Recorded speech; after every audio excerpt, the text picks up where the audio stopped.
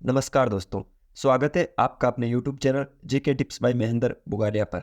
आज के सेशन में अपन विज्ञान के महत्वपूर्ण 500 क्वेश्चन देखेंगे, साइंस के इंपॉर्टेंट 500 क्वेश्चन देखेंगे। आप कोई से भी एग्जाम की तैयारी करो जिसमें अगर आपका साइंस सब्जेक्ट है तो अपनी इस क्लास में से आपको 101% क्वेश्चन देखने को मिलेगा।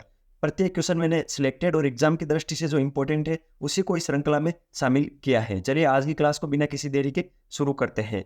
पाचन क्रिया में प्रोटीन किस पदार्थ में बदल जाता है? जब पाचन की क्रिया होती है तो प्रोटीन है वो किस पदार्थ में बदलता है? तो एमिनो अम्ल में। जब पाचन की क्रिया होती है तो प्रोटीन एमिनो अम्ल में बदलता है और 20 प्रकार के एमिनो अम्ल में परिवर्तित होता है। अगला क्वेश्चन क्या है?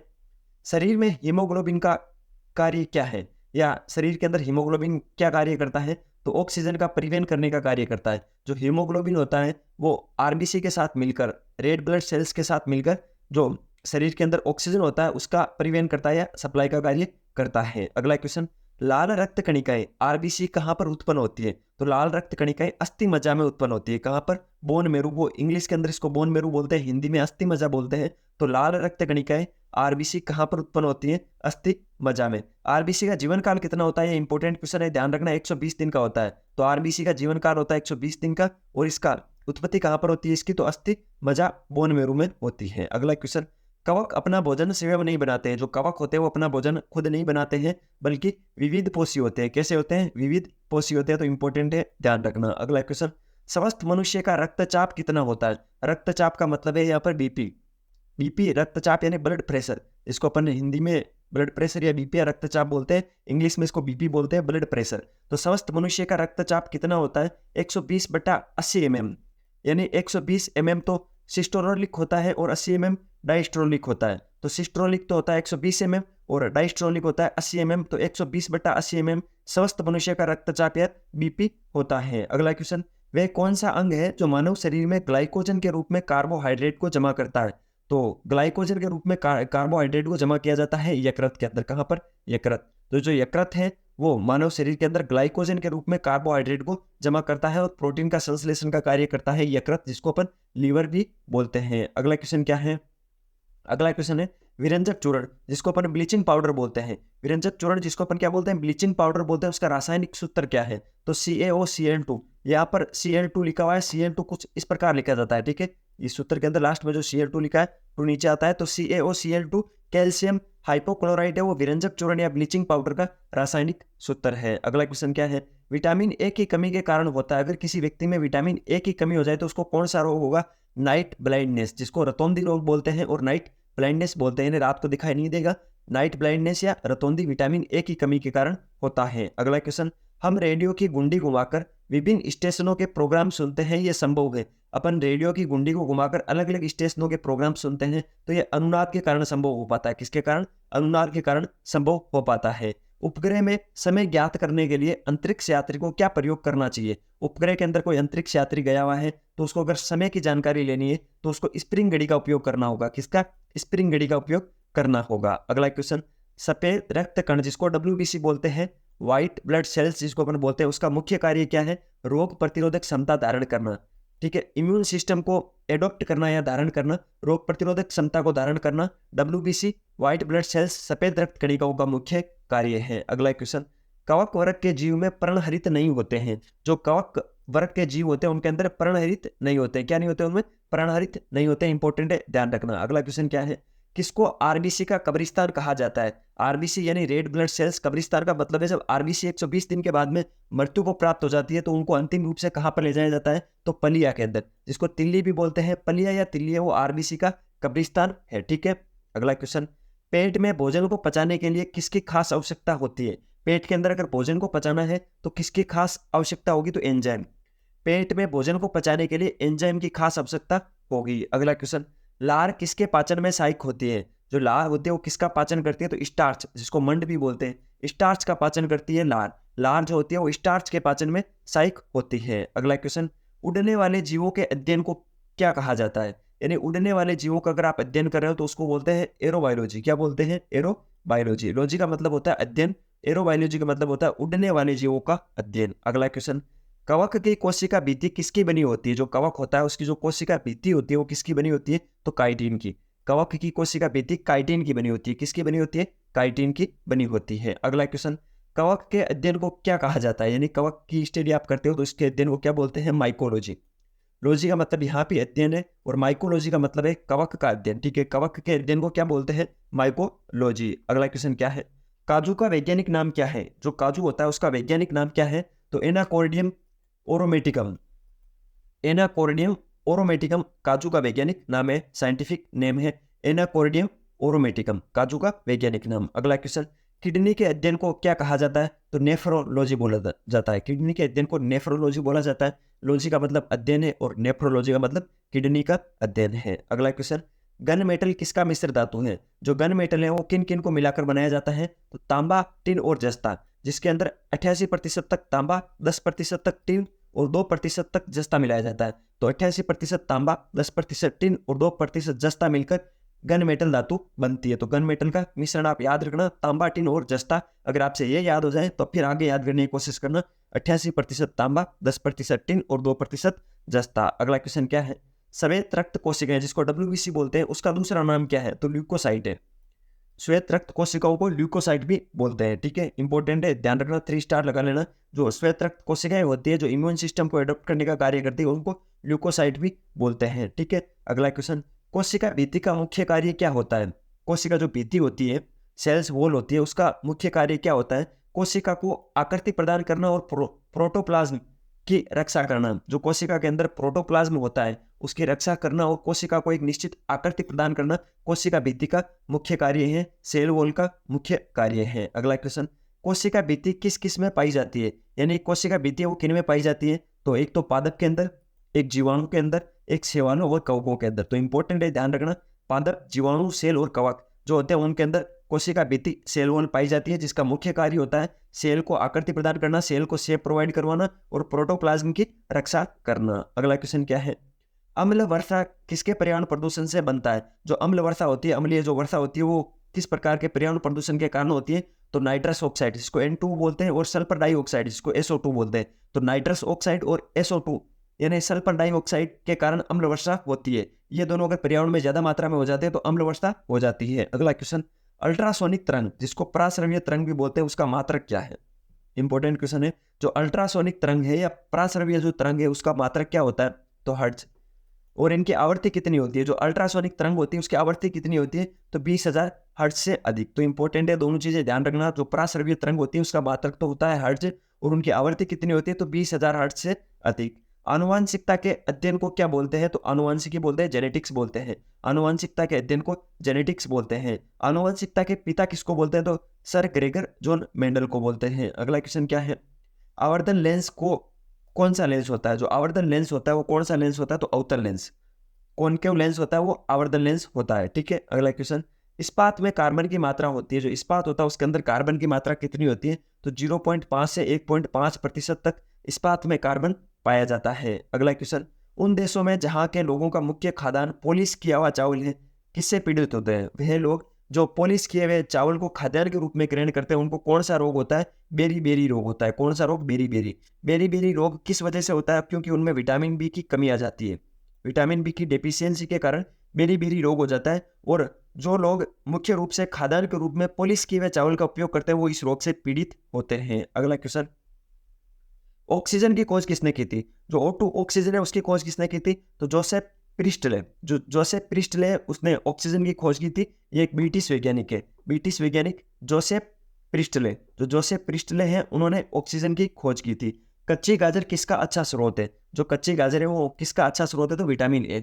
तो अगर किसी के विटामिन ए की कमी है तो आप कच्ची गाजर खाओ, आपके विटामिन ए की मात्रा अच्छे से बढ़ जाएगी। कंप्यूटर का पितामह किसे कहा जाता है, तो चार्ल्स बेबेज को। चार्ल्स बेबेज को कंप्यूटर का पितामह कहा जाता है, ये भी एक ब्रिटिश वैज्ञानिक है। अगला क्वेश्चन, कांच बालू जिसको ग्लास सैंड बोलते हैं उसमें मुख्यतः उपस्थित रहता है, तो उसके अंदर सिलिका, ठीक है। सिलिका का सूत्र क्या होता है, तो SiO2 होता है, ठीक है। IUPAC नेम क्या होता है, सिलिकॉन डाइऑक्साइड। सिलिकॉन डाइऑक्साइड उसका IUPAC नाम होता है और सूत्र होता है SiO2। और सिलिका कांच जो बालू होती है, ग्लास सैंड होती है, उसमें मुख्य रूप से सिलिका उपस्थित रहता है। अगला क्वेश्चन, कार्नेलाइट किसका खनिज है। जो कार्नेलाइट है वो किसका खनिज है, तो मैग्नीशियम। मैग्नीशियम का खनिज है कार्नेलाइट, ठीक है, इंपॉर्टेंट है, ध्यान रखना। कार्बोरेटर किस इंजन में होता है। जो कार्बोरेटर होता है वो किस प्रकार के इंजन में पाया जाता है, तो पेट्रोल इंजन। पेट्रोल इंजन में कार्बोरेटर होता है, ठीक है। अगला क्वेश्चन, इस क्वेश्चन को बताने से पहले मैं आपको एक चीज़ बता देता हूँ। अगर आपको क्लास की क्वालिटी, वीडियो की क्वालिटी और कंटेंट की क्वालिटी अगर आपको अच्छी लग रही है तो आपको इसके बदले में ज़्यादा कुछ नहीं करना है, लाल वाला बटन दबाकर चैनल को सब्सक्राइब कर देना, वीडियो को ज़्यादा से ज़्यादा लाइक किया करो, अपने दोस्तों के साथ शेयर किया करो, मेरे लिए एक अच्छा सा कमेंट कर दिया करो, और आपको कमेंट बॉक्स में आप मुझे बता दिया करो आगे आपको किस टॉपिक पे क्लास चाहिए। अगले दिन मैं उस टॉपिक पे क्लास देने की पूरी कोशिश करूंगा। और जो बेल वाला आइकन है उसको जरूर प्रेस कर लेना, जिससे नए वीडियो की नोटिफिकेशन आपके पास और मुझे मोटिवेशन मिलता रहेगा। अगला क्वेश्चन क्या है, ऊंचाई बढ़ने से वायुमंडलीय दाब पर क्या प्रभाव पड़ता है। ऊंचाई अगर जैसे जैसे अपन ऊंचे जाते हैं, ऊंचाई पे जाते हैं तो वायुमंडलीय दाब घटता है। क्या करता है, वायुमंडलीय दाब घटता है। और वायुमंडलीय दाब को किसकी सहायता से मापा जाता है, बैरोमीटर। बैरोमीटर की सहायता से वायुमंडलीय दाब को मापा जाता है, और जैसे जैसे ऊंचाई बढ़ती है वायुमंडलीय दाब घटता है। ठीक है, एक चीज मैं आपको और बता देता हूँ, जो ये अपनी क्लास है साइंस के टॉप 500 क्वेश्चन, ये इसका दूसरा सेट है। इससे पहले एक क्लास मैंने इसमें डाल दी है जिसमें अपन ने 100 क्वेश्चन कंप्लीट किए थे। आज के सेशन में अपन 100 क्वेश्चन और कंप्लीट कर लेंगे। ये सारी क्लासें अगर आपको एक साथ देखनी है तो अपने इस यूट्यूब चैनल के प्लेलिस्ट सेक्शन में आप जाना, वहां पर साइंस इंपॉर्टेंट क्वेश्चंस नाम से आपको एक प्लेलिस्ट मिल जाएगी, या साइंस के नाम से आपको एक प्लेलिस्ट मिल जाएगी, जिसके अंदर ये सारी क्लासें मैं बाई सीक्वेंस डाल दूंगा। इसके अंदर अपना पहला सेट हो गया है जिसमें अपन ने 100 क्वेश्चन चर्चा की थी। ये आज अपना दूसरा सेट है जिसमें अपन 100 क्वेश्चन की चर्चा करेंगे। ऐसे 5 सेट में अपन इन 500 क्वेश्चनों को निपटा देंगे। अगला क्वेश्चन, कार्य और ऊर्जा का ऐसा ही मात्रक क्या है। जो कार्य और ऊर्जा है उसका ऐसा ही मात्रक है जूल। क्या है, जूल। और एक जूल के अंदर 107 अर्ग होते हैं। इंपॉर्टेंट ये है, ध्यान रखना, एक जूल के अंदर 107 अर्ग होते हैं। कार्य और ऊर्जा का ऐसा ही मात्रक है जूल। क्या है, जूल। अगला क्वेश्चन, गैसों के प्रसारण के 3 उदाहरण दे। यानी गैसों के प्रसारण के अगर आपको 3 उदाहरण मांगे तो आप बता देना। एक तो खाने की सुगंध, खाने के अंदर जो गैस होती है जब वह प्रसारित होती है तो हमें उसकी खुशबू आती है। अगरबत्ती की खुशबू भी गैसों के प्रसारण की वजह से हो पाती है। और इत्र की महक, जो आप सेंट यूज करते हो, इत्र जो यूज करते हो आप, उसको जैसे ही लगाते हो तो जो गैसें प्रसारित होगी उनके साथ आपका जो इत्र है वो प्रसारित होगा और लोगों को उसकी खुशबू आएगी। अगला क्वेश्चन, किस अम्ल का प्रयोग सीसा संचालक बैटरी में किया जाता है। यानी कौन से अम्ल का प्रयोग सीसा से संचालित बैटरी में किया जाता है, तो सल्फ्यूरिक अम्ल। जो आपकी बैटरी आती है उसके अंदर सल्फ्यूरिक अम्ल भरा होता है। सल्फ्यूरिक अम्ल का जो सूत्र क्या होता है, H2SO4। ठीक है, H2SO4 जो सल्फ्यूरिक अम्ल होता है उसका सूत्र होता है, और सल्फ्यूरिक अम्ल का प्रयोग सीसा संचालित बैटरी में किया जाता है। किसे वर्गीकी का पितामह कहा जाता है। ठीक है, वर्गीकी का पितामह बोलते हैं कैरोलस लिनियस को। इन्होंने द्विनाम पद्धति का प्रसारण किया था, या द्विनाम पद्धति दी थी इन्होंने, तो इनका पूरा नाम तो है कैरोलस लिनियस, और इन्हें वर्गीकी का जनक कहा जाता है, पितामह कहा जाता है। कुनेन किससे प्राप्त किया जाता है। जो सिनकोना का पादप होता है उसकी छाल से कुनेन प्राप्त किया जाता है, जिसका प्रयोग मलेरिया की दवा के रूप में किया जाता है। तो आपको ध्यान रखना है, कुनेन किससे प्राप्त किया जाता है, तो सिनकोना पादप से कुनेन प्राप्त किया जाता है, और जिसका प्रयोग मलेरिया की दवा के रूप में किया जाता है। अगला क्वेश्चन, कैंसर का अध्ययन क्या कहलाता है। अगर कोई व्यक्ति कैंसर का अध्ययन करता है तो उसको ऑन्कोलॉजी बोलते हैं। ठीक है, आपको पता है हॉस्पिटल के अंदर जो कैंसर डिपार्टमेंट होता है उसको ऑन्को डिपार्टमेंट बोलते हैं। तो ऑन्कोलॉजी कैंसर का अध्ययन होता है। लॉजी का मतलब यहाँ पर अध्ययन है, और ऑन्कोलॉजी का मतलब कैंसर का अध्ययन है। कोयले के जलने से बनती है कार्बन डाइऑक्साइड बनती है। जब कोयले को जलाया जाता है तो कार्बन डाइऑक्साइड बनती है, CO2 बनती है। ठीक है, इंपॉर्टेंट है, ध्यान रखना। कोशिका को निश्चित आकृति और आकार कौन प्रदान करता है, तो सेल वॉल। जो कोशिका भित्ति होती है, सेल वॉल होती है, वो कोशिका को निश्चित आकृति और आकार प्रदान करता है। अगला क्वेश्चन, कोशिकाओं को कितने वर्गों में बांटा गया है। कोशिकाएं कितनी प्रकार की होती है, सेल्स कितनी प्रकार की होती है, तो सेल्स 2 प्रकार की होती है। 2 वर्गों में कोशिकाओं को बांटा गया है, प्रोकैरियोटिक कोशिकाएं और यूकैरियोटिक कोशिकाएं।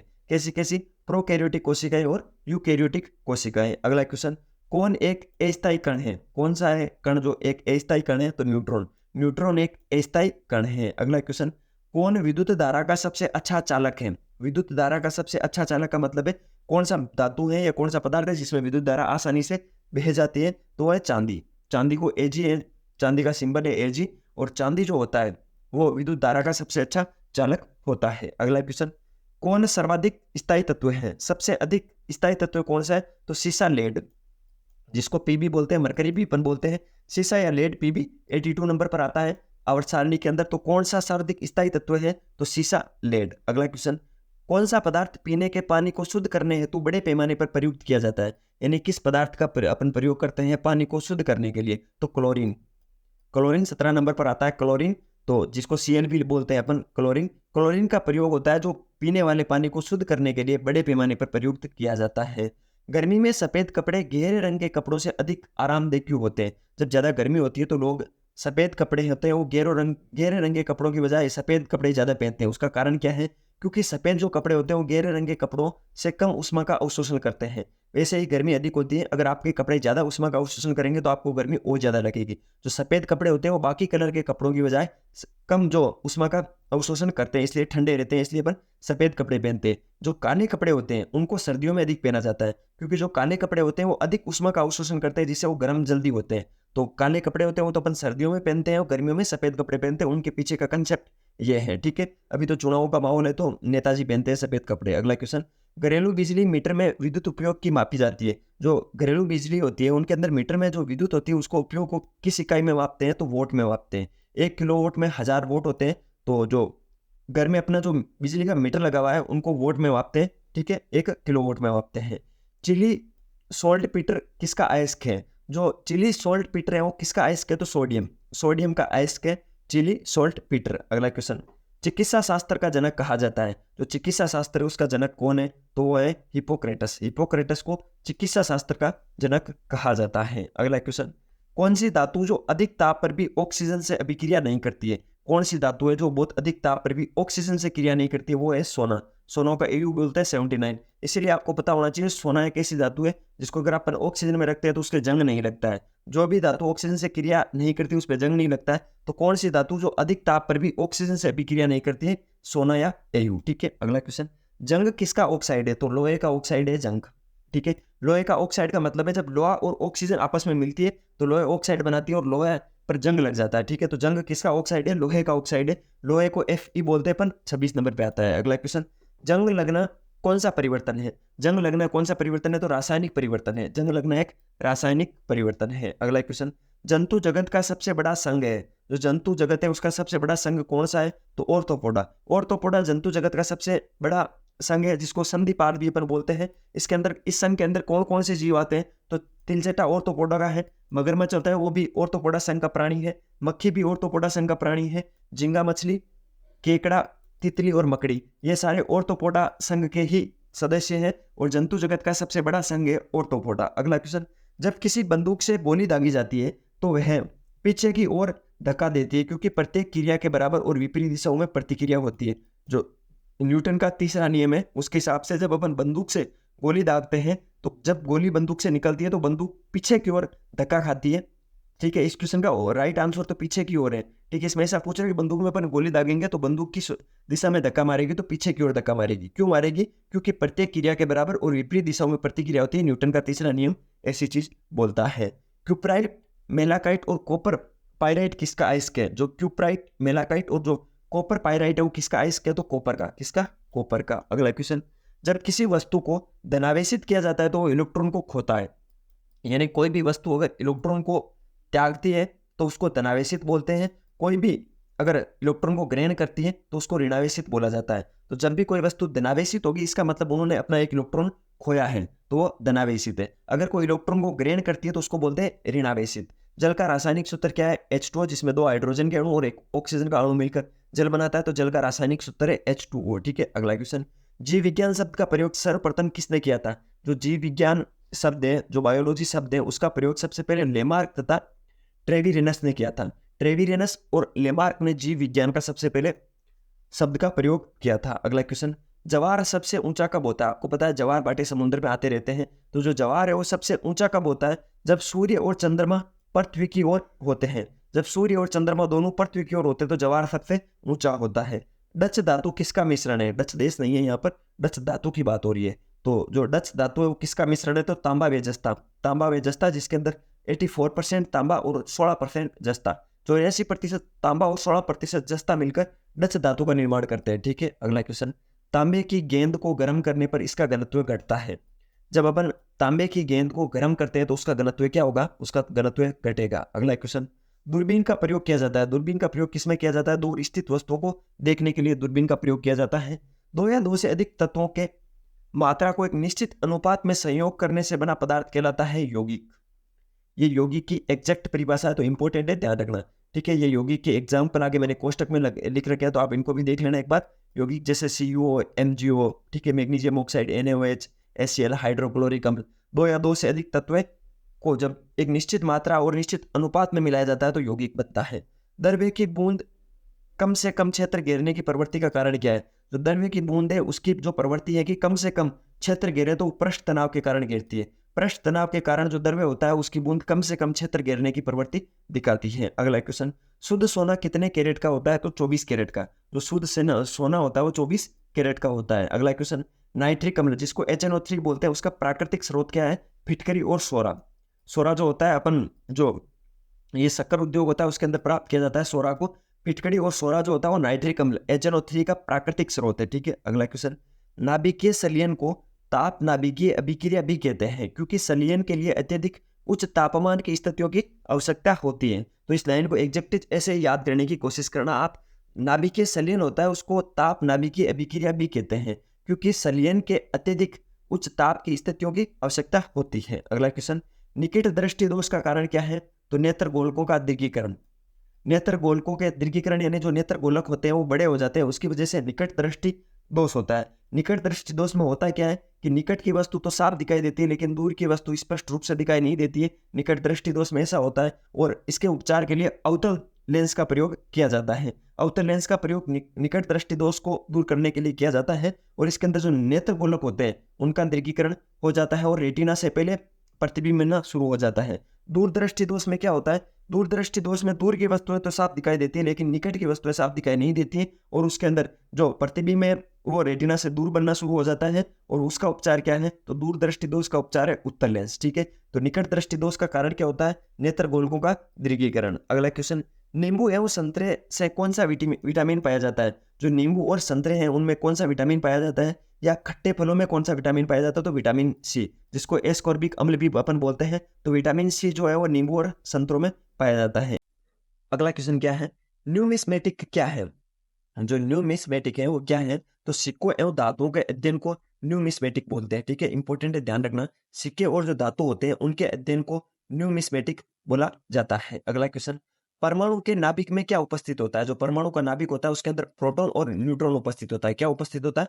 प्रोटॉन और न्यूट्रॉन उपस्थित होता है, इलेक्ट्रॉन नहीं होता है। नाभिक के चारों तरफ होता है। तो जो परमाणु होता है उसके नाभिक में क्या होता है? प्रोटॉन और न्यूट्रॉन। प्रोटॉन की खोज किसने की थी? तो सर रदरफोर्ड ने प्रोटॉन की खोज की थी। 1917 से 1920 के बीच में प्रोटॉन की खोज की थी रदरफोर्ड ने। अगला क्वेश्चन, पादप कोशिकाओं की भित्ति किसकी बनी होती है? तो सेल्यूलोज की। जो पादप कोशिकाएं होती है उनकी जो भित्ति होती है, जो उनकी सेल वॉल होती है वो सेल्यूलोज की बनी होती है। सेल्यूलोज एक कार्बनिक यौगिक है। अगला क्वेश्चन, पानी और चौक के मिश्रण को पृथक किया जा सकता है वाष्पन द्वारा। पानी और अगर चौक का मिश्रण है तो उसको अगर पृथक करना तो वाष्पन विधि द्वारा किया जाता है। पानी को संक्रमित होने से रोकने के लिए किसका इस्तेमाल किया जाता है? तो क्लोरीन।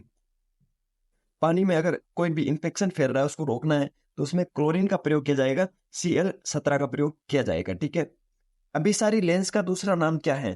तो जो उत्तर लेंस होता है कॉन्वेक्स लेंस होता है, जो उत्तर लेंस होता है उसको अभिसारी लेंस भी बोलते हैं। अगला क्वेश्चन, पेट्रोलियम किस चट्टानों में पाया जाता है? जो पेट्रोलियम होता है वो किस प्रकार की चट्टानों में पाया जाता है? तो अवसादी चट्टानों में। जो पेट्रोलियम होता है वो अवसादी चट्टानों में पाया जाता है। क्वेश्चन क्या है? भोजन का पाचन और अवशोषण मुख्यतः किस अंग में होता है? तो छोटी आंत के अंदर। जो स्मॉल इंटेस्टाइन है उसके अंदर भोजन का पाचन और अवशोषण मुख्य रूप से होता है। अगला क्वेश्चन, पौधे का कौन सा भाग श्वसन क्रिया करता है? जो पौधे की पत्ती होती है वो श्वसन क्रिया करती है। अगला क्वेश्चन, प्रकाश वर्ष किसकी इकाई है? जो प्रकाश वर्ष है वो किसकी इकाई है? तो दूरी की इकाई है प्रकाश वर्ष। प्रकाश वर्ष किसकी इकाई है? दूरी की। एक प्रकाश वर्ष के अंदर कितना दूरी होती है? तो 9.46 गुणा 10⁻15 मीटर है। यहाँ पर 10⁻15 लिखो आप ऐसे। तो प्रकाश वर्ष है वो दूरी की इकाई होती है। एक प्रकाश वर्ष के अंदर 9.46 गुणा 10⁻15 मीटर की दूरी होती है। अगला क्वेश्चन, प्रकाश वर्ष क्या होता है? एक वर्ष में प्रकाश द्वारा तय की जाने वाली दूरी को प्रकाश वर्ष बोलते हैं। ठीक है, तो एक वर्ष के अंदर प्रकाश जितनी दूरी तय करता है उसको प्रकाश वर्ष बोला जाता है। एक प्रकाश वर्ष के अंदर 9.46 गुणा 10⁻15 मीटर दूरी होती है। अगला क्वेश्चन, प्रेशर कुकर में दाल जल्दी पक जाती है, क्यों? जो प्रेशर कुकर होता है उसके अंदर दाल जल्दी पक जाती है, उसका कारण क्या है? दाब बढ़ जाने से क्वथनांक बढ़ जाता है। प्रेशर कुकर के अंदर जब ऊपर ढक्कन लगा होता है तो उससे दाब बढ़ जाता है, जिसकी वजह से उसका जो बॉइलिंग पॉइंट है क्वथनांक है वो बढ़ जाता है। अगला क्वेश्चन, यकृत पित्त का स्त्राव करती है परंतु पित्त का जमाव कहाँ पर होता है? पित्ताशय में। दोनों चीजें अलग अलग है। आपको अगर पूछे कि पित्त का स्त्रावण कहाँ से होता है तो यकृत या लीवर से होता है, लेकिन पित्त का जमाव या पित्त का स्टोरेज कहाँ पर होता है? तो वो पित्ताशय में होता है। कहाँ पर होता है? पित्ताशय में होता है। अगला क्वेश्चन, प्रोटीन के पाचन में कौन सा एंजाइम सहायक होता है? जो प्रोटीन होता है उसके पाचन करने में कौन सा एंजाइम सहायता देता है? तो ट्रिप्सिन नामक एंजाइम। जो ट्रिप्सिन एंजाइम होता है वो प्रोटीन के पाचन में सहायक होता है। अगला क्वेश्चन, प्रोटॉन की खोज किसने की थी? तो गोल्डस्टीन ने प्रोटॉन की खोज की थी। अगला क्वेश्चन, इलेक्ट्रॉन की खोज किसने की थी फिर? तो जे थॉमसन ने 1897 में इलेक्ट्रॉन की खोज की थी और गोल्डस्टीन ने प्रोटॉन की खोज की थी। अगला क्वेश्चन क्या है? प्लास्टर ऑफ पेरिस, जिसको अपन शॉर्ट में पीओपी बोलते हैं, कैल्शियम सल्फेट हाइड्रेट के जमने का कारण क्या होता है? तो प्लास्टर ऑफ पेरिस या जो कैल्शियम सल्फेट और हाइड्रेट होता है उसके जमने का कारण क्या होता है? निर्जलीकरण, ठीक है, डिहाइड्रेशन की वजह से जो प्लास्टर होता है वो जल्दी ही जम जाता है। प्लास्टर ऑफ पेरिस, जिसको अपन पीओपी बोलते हैं, वो जल्दी जम जाती है, ठीक है। अगला क्वेश्चन क्या है? फ्यूज तार का गलनांक और प्रतिरोध दोनों ही कम होते हैं। जो फ्यूज के लिए अपन तार प्रयोग करते हैं उसका गलनांक और प्रतिरोध दोनों कम होते हैं। अगला क्वेश्चन, बर्फ जल पर तैरती है क्योंकि बर्फ जल से हल्की होती है। जो बर्फ होता है वो जल पर हमेशा तैरता है, उसका कारण क्या है? जो बर्फ होता है वो जल से हल्का होता है। बर्फ का घनत्व कम होता है जल से, ठीक है। जल का सबसे अधिक घनत्व होता है 4 डिग्री सेंटीग्रेड पर, ठीक है। तो बर्फ होता है वो जल पर तैरता है, उसका कारण क्या है? क्योंकि बर्फ जल से हल्की होती है। अगला क्वेश्चन, बीसीजी का टीका किस बीमारी के बचाव में लगाया जाता है? जो बीसीजी होता है उसका टीका कौन सी बीमारी के बचाव हेतु लगाया जाता है? तो क्षय रोग, जिसको अपन टीबी बोलते हैं, तपेदिक बोलते हैं। क्षय रोग या टीबी या तपेदिक के बचाव के कारण बीसीजी का टीका लगाया जाता है। अगला क्वेश्चन, बुनसेन बर्नर किस सिद्धांत पर कार्य करता है? तो बर्नौली के सिद्धांत पर बुनसेन बर्नर प्रयोग जो होता है वो कार्य करता है। जो बुनसेन बर्नर होता है वो किस सिद्धांत पर कार्य करता है? तो बर्नौली के सिद्धांत पर। अगला क्वेश्चन, बॉक्साइड किसका प्रमुख अयस्क है? जो बॉक्साइड है वो किसका प्रमुख अयस्क है? तो एल्यूमिनियम। जो एल्यूमिनियम है उसका प्रमुख अयस्क है बॉक्साइड, और बॉक्साइड का सूत्र ये रहा Ai2O3 2H2O, ठीक है। ये है बॉक्साइड का सूत्र। और जो बॉक्साइड है वो किसका प्रमुख अयस्क है? तो एल्यूमिनियम का। छोटे हाथ में कितने भाग होते हैं? तो छोटे हाथ के 3 भाग होते हैं, पांचनात्र, मध्यांत्र और शुद्धांत्र, ठीक है। अगला क्वेश्चन, भोजन की ऊर्जा को किसमें मापा जाता है? तो कैलोरी के अंदर। अब अपन कोई भी फूड पैकेट लाते हैं तो उसके बाहर लिखा होता है इसके अंदर इतनी कैलोरी आपको एनर्जी प्राप्त होगी। तो भोजन की ऊर्जा को किसमें मापा जाता है? कैलोरी में मापा जाता है। अगला क्वेश्चन, मशरूम व सोयाबीन में बहुतायत मिलता है तो प्रोटीन। जो मशरूम और सोयाबीन होती है उसके अंदर प्रोटीन बहुत ही अच्छी मात्रा में हमें मिलता है। तो जो अपने विज्ञान के महत्वपूर्ण 500 क्वेश्चन है उसमें आज अपना दूसरा सेट था। अपन 5 सेट के माध्यम से इस टारगेट को कंप्लीट करेंगे। तीसरा सेट मैं आपको कल दे दूंगा, ठीक है। इसके लिए आपको ज़्यादा कुछ नहीं करना है। तीसरा सेट अगर आपको लेना है तो कल आपको नोटिफिकेशन मिल जाएगा। नोटिफिकेशन प्राप्त करने के लिए आपको क्या करना होगा? लाल वाला बटन दबाकर चैनल को सब्सक्राइब कर देना, वीडियो को ज़्यादा से ज़्यादा लाइक करना, अपने दोस्तों के साथ शेयर करना और एक अच्छा सा कमेंट करना। आपको साइंस के अलावा किस सब्जेक्ट में आपको इंपॉर्टेंट टॉपिक चाहिए वो भी आप मुझे कमेंट में मेंशन कर देना। मैं उसमें इंपॉर्टेंट क्वेश्चन लाने की कोशिश करूँगा।